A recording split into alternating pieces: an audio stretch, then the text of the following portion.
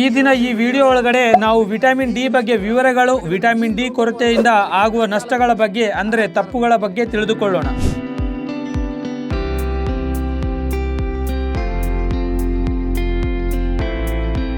Vitamin D ಬಗ್ಗೆ ತಿಳಿದುಕೊಳ್ಳುವ ಮೊದಲು ಮೂಲವಾಗಿ ವಿಟಮಿನ್ ಅಂದರೆ ಏನು? ಈ ವಿಷಯವನ್ನು ಒಂದು ಸಾರಿ ನಾವು ಪರಿಶೀಲಿಸಿದಾಗ ವಿಟಮಿನ್ ನಮ್ಮ ಆರೋಗ್ಯಕ್ಕೆ, ದೇಹಕ್ಕೆ ಕೆಲಸ ಮಾಡುವುದಕ್ಕೆ ಅಗತ್ಯವಿರುವ ಆರ್ಗಾನಿಕ್ ಸಂಯುಕ್ತಗಳು ಅಂತ ಹೇಳಬಹುದು. ಸಹಜವಾಗಿ ಸಿಗುವ ಆಹಾರ ಪದಾರ್ಥಗಳಿಂದ ಇದನ್ನು ದೇಹದೊಳಗಡೆ ಸಮೀಕರಿಸಬಹುದು. ಜನರಲ್ ಆಗಿ ವಿಟಮಿನ್ಗಳು ಎರಡು ರೀತಿಯವಾಗಿರುತ್ತದೆ. ನೀರಿನಲ್ಲಿ ಕರಗುವ ವಿಟಮಿನ್ಗಳು ಅಷ್ಟೇ ಅಲ್ಲದೆ ಕೊಬ್ಬಿನಲ್ಲಿ ಕರಗುವ ವಿಟಮಿನ್ಗಳು. ನೀರಿನಲ್ಲಿ ಕರಗುವ ವಿಟಮಿನ್ ಅನ್ನು ವಾಟರ್ ಸಾಲ್ಯುಬಲ್ ಅಂತ ಹೇಳ್ತೀವಿ. ಕೊಬ್ಬಿನಲ್ಲಿ ಕರಗುವ ವಿಟಮಿನ್ಗಳನ್ನು ಫ್ಯಾಟಿ ಸಾಲ್ಯುಬಲ್ ವಿಟಮಿನ್ಗಳು ಅಂತ ಹೇಳ್ತೀವಿ. ಕೊಬ್ಬಿನಲ್ಲಿ ಕರಗುವ ವಿಟಮಿನ್ಗಳಲ್ಲಿ 4 ರೀತಿಯವಾಗಿರುತ್ತದೆ. ಅವುಗಳಲ್ಲಿ vitamin A, D, E, K ಅಲ್ಲದೆ ವಿಟಮಿನ್ ಬಿ, ಸಿಗಳು ನೀರಿನಲ್ಲಿ ಕರಗುವ ಕ್ಯಾಟಗರಿ ಒಳಗಡೆ ಬರುತ್ತೆ. ಈ ವಿಡಿಯೋ ಒಳಗಡೆ ಫ್ಯಾಟ್ ಸಾಲ್ಯುಬಲ್ ವಿಟಮಿನ್ಗಳಲ್ಲಿ ತುಂಬಾ ಮುಖ್ಯವಾದ ವಿಟಮಿನ್ ಡಿ ಬಗ್ಗೆ ತಿಳಿದುಕೊಳ್ಳೋಣ. ಮೂಲವಾಗಿ ಏನು ವಿಟಮಿನ್ ಡಿ ಇಂದ ಆಗುವ ಉಪಯೋಗಗಳು ಒಂದು ಸಾರಿ ಪರಿಶೀಲಿಸೋಣ. ವಿಟಮಿನ್ ಡಿ ನಿಂದ ಆಗುವ ಲಾಭಗಳಲ್ಲಿ ಅತಿ ಹೆಚ್ಚಿನ ಲಾಭವೆಂದರೆ ದೇಹದ ಶಕ್ತಿ ಹೆಚ್ಚಾಗುತ್ತದೆ.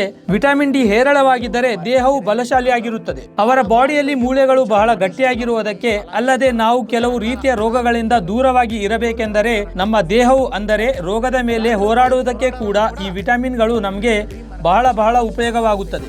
ಆಶ್ಚರ್ಯಕರವಾದ ವಿಷಯ ಏನೆಂದರೆ ನಮ್ಮ ಭಾರತ ದೇಶದಲ್ಲಿ 76% ಜನರು ಈ ವಿಟಮಿನ್ ಡಿ ಕೊರತೆ ಇದೆ. ಅಲ್ಲದೆ ವಿಟಮಿನ್ ಸನ್ಶೈನ್ ಅಂತ ಕರೆಯುವ ವಿಟಮಿನ್ ಡಿ ನಮಗೆ ಸ್ವೀಕರಿಸಲು ಇರುವ ಒಂದೇ ಒಂದು ಸೋರ್ಸ್ ಆ ಸೂರ್ಯನೇ. ವಿಟಮಿನ್ ಡಿ ವಿಶಿಷ್ಟತೆ ಏನು? ನಮ್ಮ ದೇಹದೊಳಗಡೆ ವಿಟಮಿನ್ ಡಿ ಕೊರತೆ ಇದ್ದರೆ ಏನಾಗುತ್ತದೆ ಒಂದು ಸಾರಿ ಪರಿಶೀಲಿಸೋಣ. ನಮ್ಮ ದೇಹದೊಳಗಡೆ ವಿಟಮಿನ್ ಡಿ ಕೊರತೆ ಇದ್ದರೆ ಕಾಣುವ ಪ್ರಮುಖವಾದ ಲಕ್ಷಣಗಳು ಮೂಳೆಗಳ ನೋವು, ಸ್ನಾಯುಗಳ ದೌರ್ಬಲ್ಯ, ಕಣ್ಣುಗಳು ತಿರುಗುವುದು, ಹಸಿವು ನಾಶವಾಗುವುದು, ಕೂದಲು ಉದುರುವುದು, ಚರ್ಮ ಹಾಳಾಗುವುದು, ನಿದ್ರೆಯೂ ಬರುವುದಿಲ್ಲ. ಮಕ್ಕಳಲ್ಲಿ ಆದರೆ ಮೂಳೆಗಳಲ್ಲಿ, ಹಲ್ಲುಗಳಲ್ಲಿ ದೌರ್ಬಲ್ಯವಾಗುವುದು ಅಷ್ಟೇ ಅಲ್ಲದೆ ರಿಕೆಟ್ಸ್ ಅನ್ನುವ ಲಕ್ಷಣಗಳು ಕಾಣಿಸಿಕೊಳ್ಳುತ್ತವೆ. ಹಿರಿಯರಲ್ಲಿ ಆದರೆ ಮೂಳೆಗಳು ದೌರ್ಬಲ್ಯವಾಗಿ ಎಲ್ಲಿಯಾದರೂ ಜಾರಿ ಬಿದ್ದರೆ ಮೂಳೆಗಳು ಮುರಿದು ಫ್ರಾಕ್ಚರ್ ಆಗುವ ಅವಕಾಶಗಳು ಹೆಚ್ಚಿರುತ್ತದೆ. ಇದಲ್ಲದೆ ವಿಟಮಿನ್ ಡಿ ಕೊರತೆಯಿಂದ ಬಹಳ ರೀತಿಯ ಮೆಟಾಬಾಲಿಕ್ ಡಿಸೀಸಸ್, ಆಸ್ಟಿಯೋಪೊರೋಸಿಸ್, ಬೊಜ್ಜು ಬರುವುದು, ಹೈಪರ್ ಟೆನ್ಷನ್, ಹೃದಯದ ಸಂಬಂಧದ ಸಮಸ್ಯೆಗಳು, ಡಯಾಬಿಟಿಸ್, ಇನ್ಫ್ಲಾಮೇಟರಿ ಕ್ಯಾನ್ಸರ್ಗೆ ದಾರಿ ಮಾಡುವ ಅವಕಾಶಗಳು ಹೆಚ್ಚಿರುತ್ತದೆ. ಅದಕ್ಕೆ ಈ ವಿಟಮಿನ್ ಡಿ ತಲೆಯಲ್ಲಿ ನಾಲಿಗೆ ತರ ಇದು ಕೆಲಸ ಮಾಡುತ್ತೆ ಅಂತ ಹೇಳುವುದರಲ್ಲಿ ಯಾವುದೇ ಅನುಮಾನವಿಲ್ಲ.